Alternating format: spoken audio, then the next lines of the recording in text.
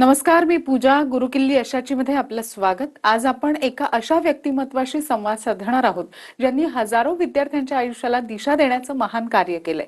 शिस्त, नेतृत्व आणि देशसेवेची प्रेरणा देणारी संस्था म्हणजे डिफेन्स करिअर अकॅडमी. महाराष्ट्रातील ग्रामीण आणि सामान्य कुटुंबातील विद्यार्थ्यांना भारतीय सैन्यात अधिकारी होण्याचं स्वप्न पूर्ण करण्यासाठी मार्गदर्शन मिळावं या उद्देशानं डिफेन्स करिअर अकॅडमीची स्थापना करण्यात आली. आज ही संस्था केवळ एक अकॅडमी नाही तर देशासाठी भावी अधिकारी घडवणारं एक प्रेरणादायी प्रशिक्षण केंद्र बनली आहे. विशेष म्हणजे डिफेन्स करिअर अकॅडमीला डिफेन्स मिनिस्ट्री आणि सैनिक स्कूल सोसायटीची मान्यता सुद्धा मिळाली असून येथे विद्यार्थ्यांना एनडीए, एसएसबी इंटरव्ह्यू आणि भारतातील सैन्य दलातील विविध करिअर मार्गांसाठी सर्वांगीण प्रशिक्षण दिलं जातं. या संस्थेच्या माध्यमातून हजारो विद्यार्थी शिस्त, नेतृत्व गुण आणि राष्ट्रसेवेची भावना घेऊन पुढे जाते. आज आपल्या स्टुडिओमध्ये उपस्थित आहेत डिफेन्स करिअर अकॅडमीचे संस्थापक आणि संचालक आदरणीय डॉक्टर केदार सोमीनाथ रहाणे सर. कार्यक्रमात सगळ्यात आधी आपण त्यांचं स्वागत करूया. सर, सगळ्यात आधी कार्यक्रमामध्ये मनपूर्वक स्वागत. नमस्कार. खूप खरं तर महत्वाचा विषय आहे. विद्यार्थ्यांसाठी मला वाटतं हे खूप महत्वाचं आहे. पहिला प्रश्न असा विचारायचा आहे, तुम्ही डीसीए बाबत जे स्वप्न पाहिलं होतं ते पूर्ण झालंय असं तुम्हाला आजच्या घडीला वाटतंय का, आणि अजून कोणते टप्पे त्यासाठीचे बाकी आहेत, काय सांगा? डिफेन्स करिअर अकॅडमीची जेव्हा स्थापना झाली आणि स्थापना करण्याच्या पाठीमागे जो मेन उद्देश होता, महाराष्ट्रामध्ये असे अनेक तरुण तरुणी असतात ज्यांना सैन्यात करिअर करण्याची इच्छा असते, त्यांच्यामध्ये जिद्द असते, मेहनत करण्याची तयारी असते, परंतु योग्य असं मार्गदर्शन त्यांना मिळत नाही. आणि हे मिळावं या उद्देशानं खूप छोट्या स्वरूपामध्ये म्हणजे 800 स्क्वेअर फीटमध्ये डिफेन्स करिअर अकॅडमीची स्थापना झाली. आणि आज ती विस्तीर्ण अशा 12 एकरच्या छत्रपती संभाजीनगरच्या कॅम्पसमध्ये 12 एकर कॅम्पसमध्ये आज सर्व सुविधासह hostel, mess, gym, laundry facility या सर्व सुविधेसह आज डिफेन्स करिअर अकॅडमी या ठिकाणी सांगायला आवडेल की हा जो प्रवास आहे 800 स्क्वेअर फीट मधून 12 एकरचा, आणि आज डीसीएचे कॅडेट भारत मातेच्या सेवेसाठी नॅशनल डिफेन्स अकॅडमीद्वारे सैन्यात आर्मी, नेव्ही, एअरफोर्स मध्ये अधिकारी पदावर आहेत. त्याचप्रमाणे आता सध्या एनडीए मध्ये पण ट्रेनिंग घेत आहेत व भारत मातेच्या सेवेसाठी इतर जे करिअर क्षेत्र आहेत जसं डॉक्टर, इंजिनियर, पायलट आणि याशिवाय संपूर्ण जगामध्ये मर्चंट नेव्हीद्वारे भारताचा झेंडा फडकवत आहे, ही खूप अभिमानाची गोष्ट आहे. आणि त्याचप्रमाणे थोडंसं मागे वळून बघितल्यानंतर असं वाटतं की हे जे काही आतापर्यंत यशाचे टप्पे गाठले आहेत, परंतु संस्थेचं जे मिशन आहे 1000 अधिकारी आणि 10,000 सैनिक घडवण्याचं, हे मिशन अजून पूर्ण करण्यासाठी आणखीन आज आपण बघतोय की डीसीएचे जे स्टाफ आहे हा 270 पेक्षा जास्त स्टाफ हा रात्रंदिवस या मिशनसाठी पूर्ण ऊर्जेनं काम करतोय.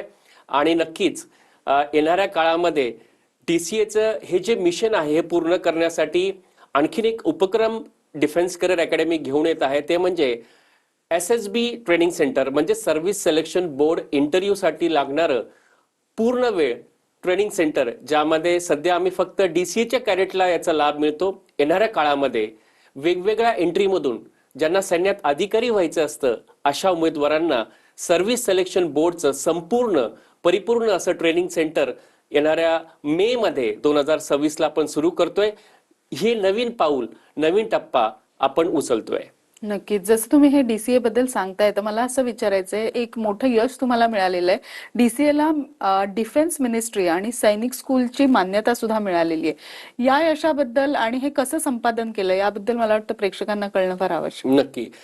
डिफेन्स करिअर अकॅडमीला डिफेन्स मिनिस्ट्री आणि सैनिकी स्कूल सोसायटीची मान्यता मिळाली. खऱ्या अर्थानं सैनिकी स्कूल सोसायटीद्वारे संपूर्ण भारतामध्ये सैनिकी स्कूल आणि नवीन न्यू सैनिकी स्कूल या अंतर्गत डिफेन्स करिअर अकॅडमीला 25 एप्रिल 2025 ला अप्रुव्हल मिळालं. आणि या मान्यतेमुळे खऱ्या अर्थानं ही सर्वांसाठीच एक अभिमानास्पद आणि ऐतिहासिक असा क्षण आहे. परंतु एवढं सोपं नाहीये डिफेन्स मिनिस्ट्रीची मान्यता मिळणं. यासाठी विशेष काही निकष असतात, जसं की शैक्षणिक गुणवत्ता, त्याचप्रमाणे शिस्तप्राय वातावरण, सक्षम असं सैनिकी प्रशिक्षण देणारं वातावरण, तसेच पारदर्शक प्रशासकीय व्यवस्था, या सर्व गोष्टीच्या निकषात डिफेन्स करिअर अकॅडमी पात्र ठरली. आणि त्यामुळेच डीसीएला याची मान्यता मिळाली. खऱ्या अर्थानं या प्रक्रियेद्वारे राष्ट्रीय स्तरावरती एक विश्वासार्हता संस्थेला मिळाली. त्याचप्रमाणे दर्जेदार शिक्षण देणारी एक ओळख निर्माण करण्यात आम्ही यशस्वी ठरलोय. आणि खऱ्या अर्थानं अशा प्रकारचा सैनिकी स्कूलची मान्यता मिळणं ही अभिमानाची गोष्ट जशी आहे तशी ती जबाबदारीची पण आहे. आम्हाला आता आणखीन सक्षम देशभक्त नागरिक आणि अधिकारी घडवण्याची मोठी जबाबदारी आली आहे असं मी या ठिकाणी म्हणेल. नक्कीच. तुमच्या या ज्या DCA ला मान्यता मिळालेली आहे तर या सैनिक स्कूलमध्ये ऍडमिशन जर विद्यार्थ्यांना घ्यायचं असेल तर ऍडमिशन प्रोसेस साधारणपणे कशी असते ती मला वाटतं विद्यार्थी आणि पालकांना समजावून सांगा. येस, डिफेन्स करिअर अकॅडमी सैनिकी स्कूलमध्ये म्हणजेच न्यू सैनिकी स्कूल व्हर्टिकलमध्ये प्रवेश घ्यायचा असेल तर त्यासाठी NTA म्हणजे नॅशनल टेस्टिंग एजन्सीद्वारे ऑल इंडिया सैनिकी स्कूल एंट्रन्स एक्झाम होते आणि ती 2026-27 प्रवेशासाठी 18 जानेवारी 2026 ला झाली. आणि त्यानंतर जे उमेदवार या 6वी आणि 9वी वर्गासाठी प्रवेश परीक्षेमध्ये पात्र झाले अशा विद्यार्थ्यांसाठी आता सध्या मेडिकल त्यांची प्रोसिजर चालू आहे. आणि अशा उमेदवारांना 28 फेब्रुवारी पर्यंत जे क्वालिफाईड कॅन्डिडेट आहेत त्यांना रजिस्ट्रेशन करण्याची वेळ होती. आणि 1 एप्रिल ते 30 एप्रिल पर्यंत वेगवेगळ्या सैनिकी स्कूलमध्ये ह्या सर्व विद्यार्थ्यांची मेडिकल प्रोसेस कंप्लीट होते आहे. आणि मेडिकल नंतर 20 मार्च ते 30 मार्च पर्यंत अशा मेडिकल कंप्लीट झालेल्या पात्र उमेदवारांना त्यांना स्कूल प्रेफरन्स देण्यासाठी आता संधी उपलब्ध आहे. त्यांनी काउन्सिलिंग पोर्टलवर जाऊन ही प्रक्रिया पूर्ण करायची आहे. आणि 5 एप्रिल पासून फर्स्ट राऊंड स्टार्ट होणार आहे आणि त्या राऊंडद्वारे यांना ऑनलाईन काउन्सिलिंगद्वारे प्रवेश प्रक्रिया पूर्ण करता येणार आहे. तर मी या माध्यमातून सर्व सैनिकी स्कूल एक्झाम पास झालेल्या उमेदवारांचं अभिनंदन करू इच्छितो आणि सर्व पालकांना आणि उमेदवारांना आव्हान करतो की त्यांनी डिफेन्स करिअर अकॅडमी सैनिकी स्कूलला प्राधान्य देऊन त्यांच्या उज्ज्वल भविष्यासाठी आपण प्रवेश घ्यावा. नक्कीच. ज्या पद्धतीनं सर आता तुम्ही सांगताय की कशा पद्धतीनं अकॅडमीला ऍडमिशन घेणं आवश्यक आहे तर मला असं विचारायचं 10वीची परीक्षा आता संपत आलेली आहे. 10वी आणि 12वी नंतर जर भारतीय सैन्य दलामध्ये चांगलं करिअर घडवायचं असेल तर नेमकी काय प्रोसिजर असते आणि कशा पद्धतीनं तुमच्या इथे ऍडमिशन झाल्यानंतर पुढची प्रोसेस असते ती समजावून सांगा. नक्की. 11वी-12वीच्या अभ्यासक्रमासह जे उमेदवार सैन्यात करिअर करू इच्छितात त्यांच्यासाठी खऱ्या अर्थानं 2 महत्वाचे मार्ग आहेत. पहिला जो मार्ग आहे तो आहे सैन्यात अधिकारी पदावर करिअर करण्याचा आणि दुसरा जो असतो अदर रँक्स म्हणजेच इंडियन आर्मीमध्ये सोल्जर, इंडियन नेव्हीमध्ये ॲज अ सेलर, इंडियन एअरफोर्समध्ये ॲज अ एअरमन आणि पॅरामिलिटरी फोर्समध्ये जसं इंडियन कोस्ट गार्डमध्ये सेलर किंवा BSF, CRPF, ITBP अशा अनेक करिअरच्या संधी उपलब्ध आहेत. आपण प्रामुख्यानं जर बघितलं तर सैन्यात ज्यांना अधिकारी व्हायचं आहे यांच्यासाठी 11वी-12वी म्हणजे 10वी नंतरचा जो काळ असतो खूप महत्वाचा आणि निर्णायक ठरतो. जे विद्यार्थी 11वी-12वी सायन्ससह सैन्यात अधिकारी होऊ इच्छितात अशांसाठी नॅशनल डिफेन्स अकॅडमी जी UPSC एक्झाम कंडक्ट करते आणि नॅशनल डिफेन्स अकॅडमी अशी आशिया खंडातली एकमात्र संस्था आहे जिथे ट्राय सर्व्हिसेस म्हणजेच आर्मी, नेव्ही, एअरफोर्सचं एकत्र ट्रेनिंग देणारी संस्था आहे. आणि आपल्या महाराष्ट्रात पुणे खडकवासला या ठिकाणी साधारणतः 7,000 पेक्षा जास्त एकरमध्ये ही वास्तू उभारलेली आहे. आणि या ठिकाणी जर प्रवेश घ्यायचा असेल तर त्या ठिकाणी दर 6 महिन्याला ही एक्झाम होते. 1 एप्रिलमध्ये आणि 1 सप्टेंबरमध्ये. 11वी-12वीच्या अभ्यासक्रमासह आपण 10वी नंतर जर खऱ्या अर्थानं फाउंडेशन पक्क केलं आणि 11वी-12वी मध्ये जो बोर्ड प्रिपरेशन असतं आणि त्यासोबत NDAचं प्रिपरेशन केलं तर ती खूप मोठी संधी उमेदवारांना आहे. या व्यतिरिक्त जे विद्यार्थी इंजिनियर पण होऊ इच्छितात आणि अधिकारी पण होऊ इच्छितात यांच्यासाठी ज्यांचा PCM ग्रुप असतो 11वी-12वीला अशा उमेदवारांना 11वी-12वी मध्ये आर्मीमध्ये जर ॲज अ इंजिनियर तर टेक्निकल एंट्री थ्रू म्हणजे 10+2 Indian army technical entry through career करण्याची खूप मोठी संधी आहे. आणि या व्यतिरिक्त इंडियन नेव्हीमध्ये त्यामध्ये बॉईज आणि गर्ल्स दोघांना पण करिअरची संधी आहे. ते म्हणजे 10+2 BTech कॅडेट एंट्री स्कीम याद्वारे सुद्धा करिअर करण्याची खूप मोठी संधी या अधिकारी पदासाठी आहे. ज्यांचा PCB ग्रुप असतो, ज्यांचं फिजिक्स, केमिस्ट्री आणि बायो ग्रुप आहे 11वी-12वीला अशा उमेदवारांसाठी arm force medical college MBBS जे की पुण्याला आहे FMC या ठिकाणी डॉक्टरही होता येतं आणि ॲज अ ऑफिसरही तुम्हाला करिअर करता येतं, बॉईज आणि गर्ल्स दोघांसाठी. आणि विशेष म्हणजे गर्ल्ससाठी एक मोठी संधी आहे, ती म्हणजे arm force medical college nursing, म्हणजे आर्म फोर्समध्ये मिलिटरी नर्सिंग सर्व्हिसेसमध्ये करिअर करण्याची, ते पण अधिकारी पदासाठी खूप मोठी संधी या ठिकाणी उपलब्ध आहे. त्यासाठी नीटची एक्झाम देणं गरजेचं असतं. हे अधिकारी पदासाठी आणि सोल्जर पदासाठी असे दोन वेगवेगळे मार्ग या ठिकाणी 11वी-12वीच्या अभ्यासक्रमासह करिअर करण्याची संधी आहे, असं मी या ठिकाणी सांगू इच्छितो. आणि खूप मोठी संधी जी उपलब्ध आहे त्या संधीचा आपण फायदा घ्यावा, असं मी प्रेक्षकांना सांगेल. नक्कीच. त्याचप्रमाणे सर सगळ्यात महत्त्वाचं एनडीए प्रवेश परीक्षेमध्ये महत्त्वाचे टप्पे कोणते असतात आणि 11वी-12वीचा अभ्यास करत असताना आपण या परीक्षांची तयारी करू शकतो का? म्हणजे एनडीएच्या परीक्षेची तयारी करू शकतो का? याबद्दल मला वाटतं विद्यार्थ्यांना मार्गदर्शन फार आवश्यक आहे. हो, 10वी झाल्यानंतर जेव्हा 11वी-12वी सह एनडीएची तयारी करायची असते, पालकांसमोर मोठा प्रश्न असतो की मग माझा मुलगा किंवा मुलगी 11वी-12वी बोर्डचं प्रिपरेशन पण करेल, एनडीएचं पण, हे शक्य आहे का? तर हे शक्य आहे.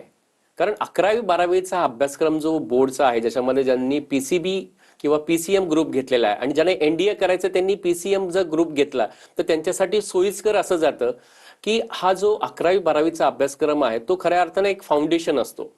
आणि यासोबतच सुरुवातीपासून म्हणजे पहिल्या दिवसापासून जर एनडीएचं प्रिपरेशन आपण सुरुवात केली, रिटर्न एक्झाम आणि एसएसबी इंटरव्ह्यूची, तर खूप सोप्या पद्धतीनं हे करिअर करता येतं. परंतु ही राष्ट्रीय स्तरावरची एक्झाम आहे आणि इंटरव्ह्यू हा टफेस्ट इंटरव्ह्यू आहे. तर यासाठी खऱ्या अर्थानं सांगू इच्छितो की आपण 11वी-12वीचा अभ्यास करत असताना याचे जे महत्वाचे टप्पे असतात ते म्हणजे पहिला टप्पा असतो जी यूपीएससी एक्झाम कंडक्ट करते, ती म्हणजे रिटर्न एक्झाम, एनडीएची एक्झाम. आणि ही वर्षातून 2 वेळेस असते. 11वी-12वीला असताना विद्यार्थी हा 2 वेळेस ही परीक्षा देऊ शकतो. जसं ह्या वर्षी कोणी 10वीचा विद्यार्थी परीक्षा देत असेल आणि परीक्षा संपली असेल तर त्याला एक्झॅक्ट 15 महिन्यानंतर सप्टेंबरमध्ये त्याला पहिला चान्स मिळतो 12वीच्या बोर्डच्या एक्झामच्या अगोदर. आणि दुसरा जो त्यांना चान्स मिळतो तो म्हणजे 12वीची बोर्डची परीक्षा झाल्यानंतर एप्रिलमध्ये. तर पहिली परीक्षा जी असते ती रिटर्न एक्झाम. दुसरा महत्वाचा जो टप्पा असतो तो म्हणजे एसएसबी इंटरव्ह्यू, म्हणजे सर्व्हिस सिलेक्शन बोर्ड इंटरव्ह्यू, जो की 5 दिवसाचा असतो. आणि हा खूप महत्वाचा आणि अवघड असा टप्पा असतो. हा पण 900 मार्काची ही या ठिकाणी इंटरव्ह्यू प्रोसिजर असते, जे की 5 दिवस चालते. आणि या 5 दिवसामध्ये त्या उमेदवाराचं संपूर्ण व्यक्तिमत्व या ठिकाणी टेस्टिंग केलं जातं. यामध्ये प्राथमिकता जी एसएसबी इंटरव्ह्यू असते ती 2 टप्प्यामध्ये असते. एक स्क्रीनिंग टेस्ट आणि दुसरं जे असतं मेन एसएसबी. आणि हे जे मेन एसएसबी जे असतं, जे स्क्रीनिंग टेस्टमध्ये जे कॅन्डिडेट क्वालिफाय होतात तेच मेन एसएसबी मध्ये जाऊ शकतात. आणि असे रिकमेंडेड कॅन्डिडेट जे मेन एसएसबी मध्ये जातात त्यांचं मनसं वाचक कर्मण टेस्टिंग होते, ज्यामध्ये आर्मीचे जे 3 वेगवेगळे ऑफिसर्स असतात, एक म्हणजे इंटरव्ह्यू ऑफिसर, एक सायकोलॉजिस्ट आणि ग्रुप टेस्टिंग ऑफिसर, असे 3 वेगवेगळे ऑफिसर हे साधारणतः 3 ते 4 दिवस वेगवेगळ्या टेस्टिंग कंडक्ट केले जातात. आणि शेवटचं कॉन्फरन्स असतो, त्या ठिकाणी कॉन्फरन्समध्ये यांचा रिझल्ट डिक्लेअर होतो. आणि जे कॅन्डिडेट अशा एसएसबी प्रोसिजरमध्ये क्वालिफाय होतात अशा विद्यार्थ्यांचा पुढचा टप्पा असतो तो म्हणजे मेडिकल. आणि मेडिकल क्वालिफाय झाल्यानंतर एक मेरिट लिस्ट लागते. आणि मेरिट लिस्ट लागल्यानंतर असे क्वालिफाईड कॅन्डिडेटला एनडीए मध्ये 3 वर्षाचं ट्रेनिंग आणि 1 वर्ष हे प्री कमिशन ट्रेनिंग.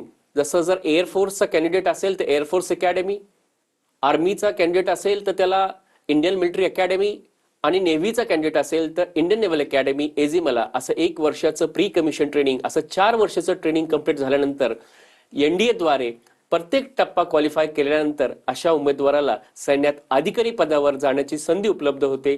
हा प्रत्येक टप्पा क्वालिफाय करणं खूप गरजेचं असतो. नक्कीच. मला याबद्दल आणखीन बरंच काही तुमच्याकडनं जाणून घ्यायचंय सर, मात्र इथे एका छोट्याशा विश्रांतीची वेळ झाली आहे. लगेचच भेटतोय. तुम्ही मात्र कुठेही जाऊ नका. पाहत राहा गुरुकिल्ली यशाची.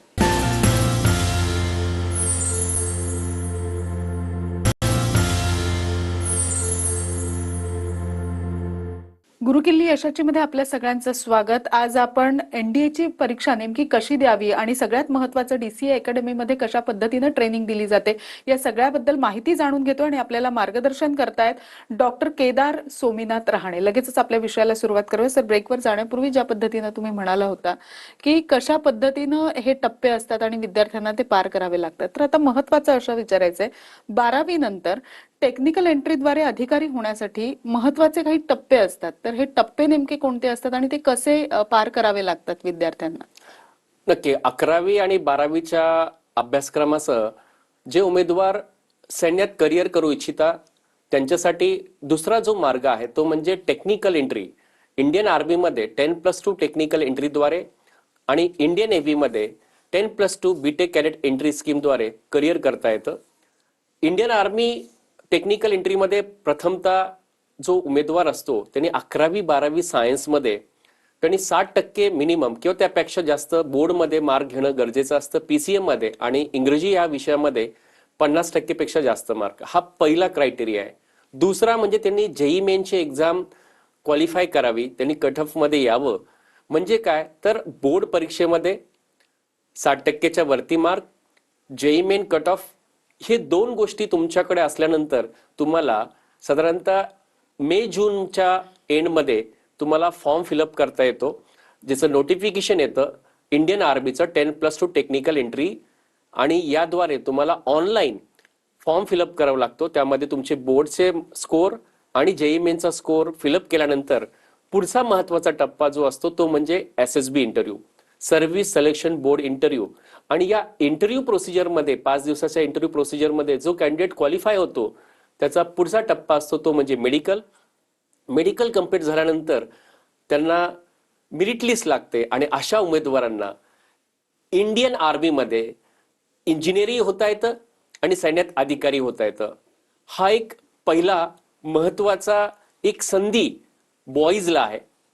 आणि आता बॉईज आणि गर्ल्ससाठी 2026-27 मध्ये इंडियन नेव्हीच्या टेक्निकल एंट्री म्हणजे 10+2 बीटेक कॅडेट एंट्री स्कीमद्वारे 11वी 12वी मध्ये जेव्हा तो मेहनत करतो, त्यांनी 12वी बोर्डकडे खूप छान लक्ष दिलं आणि 12वी मध्ये 70%पेक्षा जास्त मार्क त्यांनी जर उमेदवारांनी घेतले बोर्ड परीक्षेमध्ये पीसीएम मध्ये म्हणजेच फिजिक्स केमिस्ट्री मॅथमॅटिक्स मध्ये, आणि जेई मेन मध्ये त्याचा कट ऑफ मध्ये स्कोर आल्यानंतर ह्या दोन्ही गोष्टी एकत्र करून जेव्हा नोटिफिकेशन येतं आणि नोटिफिकेशनद्वारे आपण जेव्हा फॉर्म फिलअप करतो, फॉर्म फिलअप केल्यानंतर आपल्याला एसएसबीचा इंटरव्ह्यू येतो आणि एसएसबी इंटरव्ह्यू नंतर आपल्याला 5 दिवसाच्या या एसएसबी इंटरव्ह्यूद्वारे आपण क्वालिफाय, प्रत्येक टप्पा क्वालिफाय केल्यानंतर म्हणजेच काय तर स्क्रीनिंग टेस्ट आणि मेन एसएसबी, त्यानंतर आपलं मेडिकल होतं आणि मेडिकलचा पुढचा टप्पा असतो मेरिट लिस्ट.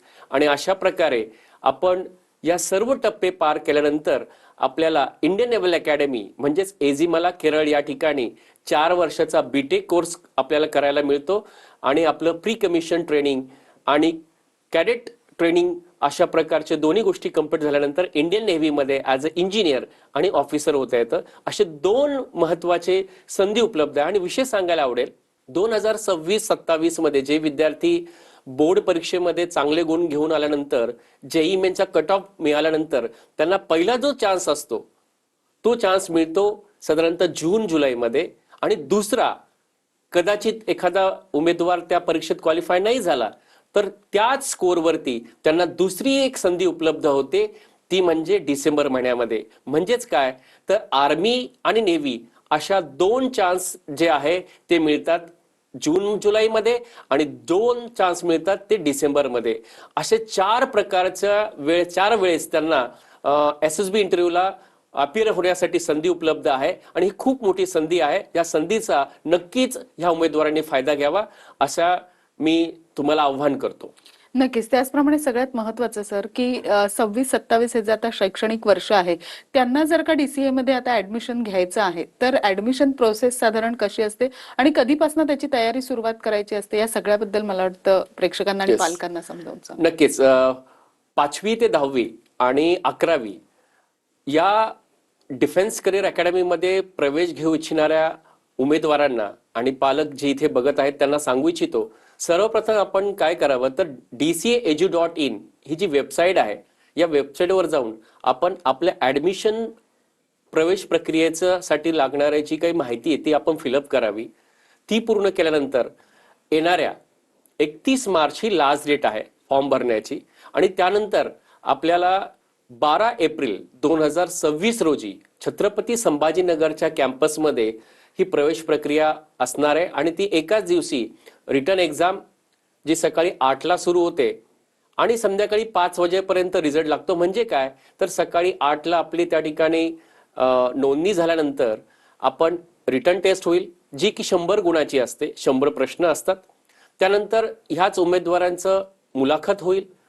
मुलाखत ही 50 गुणाची असते आणि एक अपेक्षित असतं की आपण आपले विचार इंग्रजी भाषेमध्ये आपल्याला सहज प्रकट करता आले पाहिजे. आपले हॉबीज, आपले इंटरेस्ट आणि आपली सैन्यात करिअर करण्याची जिद्द असावी हे प्रामुख्यानं या इंटरव्ह्यूमध्ये बघितलं जातं.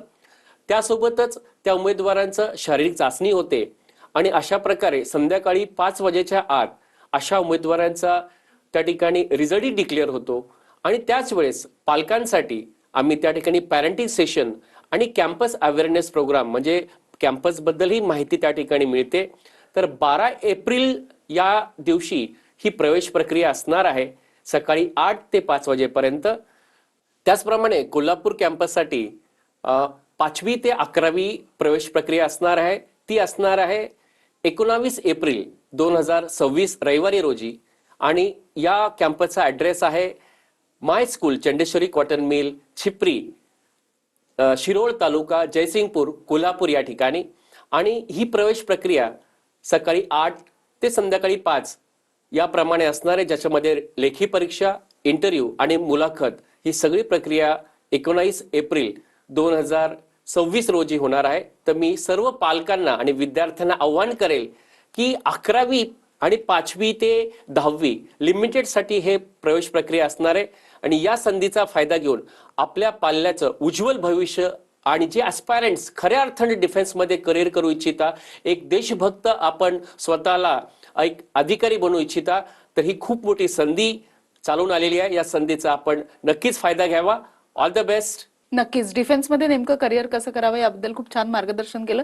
त्याबद्दल आपले मनपूर्वक आभार. नमस्कार. धन्यवाद. गुरुकिल्ली यशाची मध्ये आज आपण इथेच थांबतोय. तुम्ही मात्र कुठेही जाऊ नका. पाहत राहा TV9 मराठी.